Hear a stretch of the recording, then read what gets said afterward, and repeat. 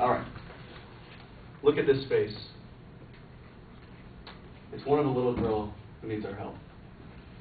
I'm talking about the Christian Children's Fund, or Child Fund, which is now what they call it, and the benefits of giving to such an organization. I've been a part of this foundation for over 3 years now, since 2008, and I've stayed up to date with some of the news and the benefits of this fund. And I'm sure most of you guys know where your next meal is coming from or where you're going to sleep tonight. But most of these kids don't. Imagine that you don't. Now also imagine that those in need of our help for a better life can receive our love with just $1 a day. Now, I know that sounds familiar. I might sound like that guy, that creepy guy at night. You guys know what I'm talking about? The bald dude with all the got that malnourished kids at night. You guys know what I'm talking about? Bald guy. He works for Child Fund too. He's kind of the guy that got me intrigued with it. And once finding out more about it, I did sign up. And now it's kind of like a trickle effect now. I'm trying to persuade you guys into doing that, I guess. Today I'm going to discuss the problems with the third world countries endure, Child Fund's role in fixing these problems, and my personal experience with helping out a child in need. The first thing that I would like you to know about are the problems that occur in third world countries and which we contribute to. Children everywhere are catching incurable diseases, which oftentimes and does lead them to death. About 148 million children under 5 years of age are underweight. And 8 million of those kids actually do die from that, which is, if you're figuring out math majors here, a ratio of 1 to 19 kids. Diseases a lot of the time come from droughts, which does lead to starvation and malnutrition. Now, if you don't have any water from drought, you're drinking unsafe drinking water, which can then lead to worm infections, cholera, and bacteria, just to name a few. It does make you think about what we take for granted here, just a drinking fountain outside, or we complain about California's dirty water when, in fact, we can all drink it. Over 22,000 kids every year die around the world. That's one now, and one now. It's 1 every 4 seconds. And not all these deaths occur from third world countries, but the silent killers are from poverty, hunger, and easily preventable diseases and illnesses. I'd like to show you a short video entitled Investing in the World's Poorest Children. I think you'll see why.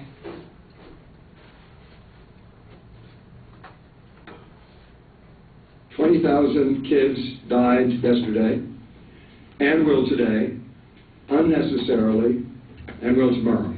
That was Anthony Lake, UNICEF's Executive Director, telling a press conference about a new study which found that millions of children's lives can be saved by investing in the most disadvantaged communities first.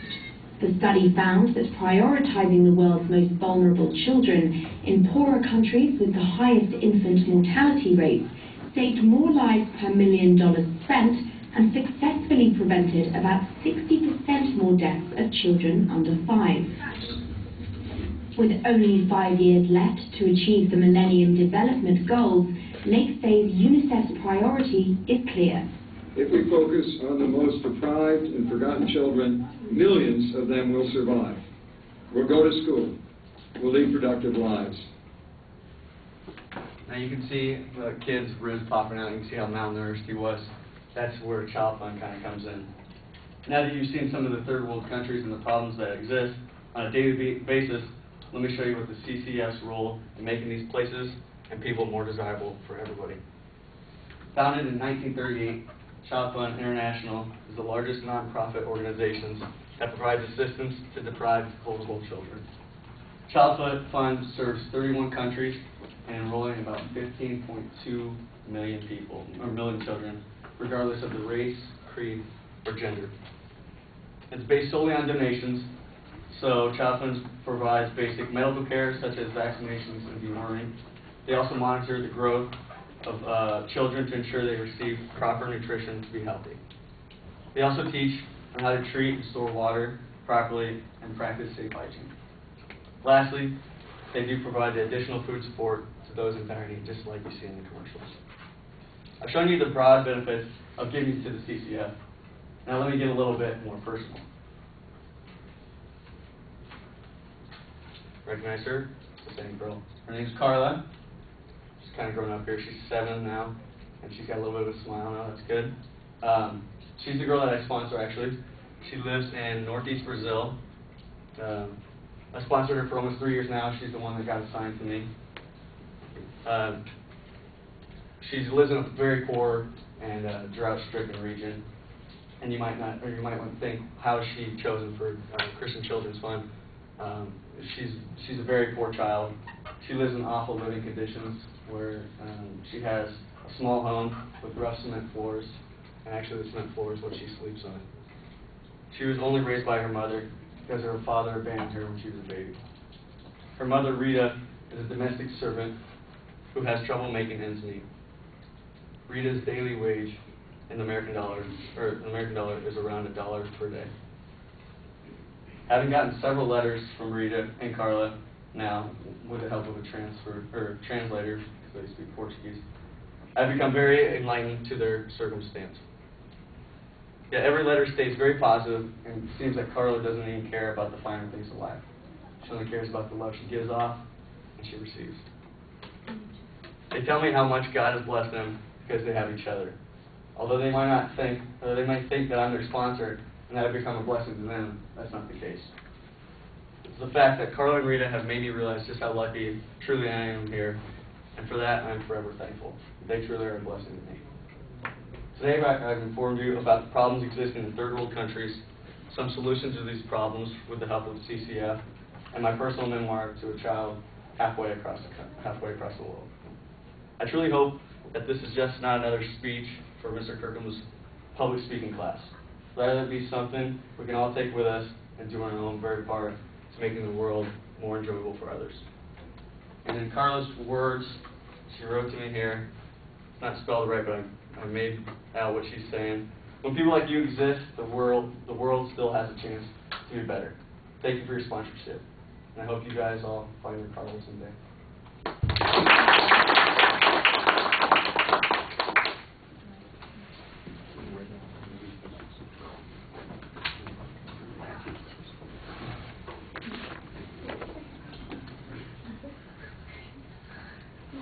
So, John, what did you think? I thought it was a really good speech. It's obviously something that he really cares about and he knows a lot about. The video was good. The visual aids, I mean, he had pictures up there, and I think if somehow you can get it up on the screen so it'd be easy to see, that'd be good. But other than that, I thought it was really good, and I mean, it's something, like I said, you really care about, and you can just do that speech. All right. You know what? I think it would take something away if he actually put those cards up on the screen. I think it feels a lot more personal because you've got the card and referring to it. Maybe the picture, could be a little bit larger, but I would definitely not get rid of the card because I like the idea that this is, a real object. This is something that somebody wrote and it's personal. I thought that worked very effectively. I think you recognize that you end up with a persuasively based presentation, much more than an informatively based presentation. But I did think that you did a nice job talking about the subject and giving us information on that subject. There is a strong persuasive appeal in the presentation that I thought you did a good job on. We're going to talk about that later on, and I may come back and use some of the things that you used for your illustrations as ways of showing how people can make an emotional connection with an audience, and I thought you did a nice job on that. The presentation's pretty solid. The video clip's a little bit long, but it does have some of the images that you want. And like I said, I thought that you had a very effective introduction and conclusion. I'm going to keep it short because we are sort of out of time.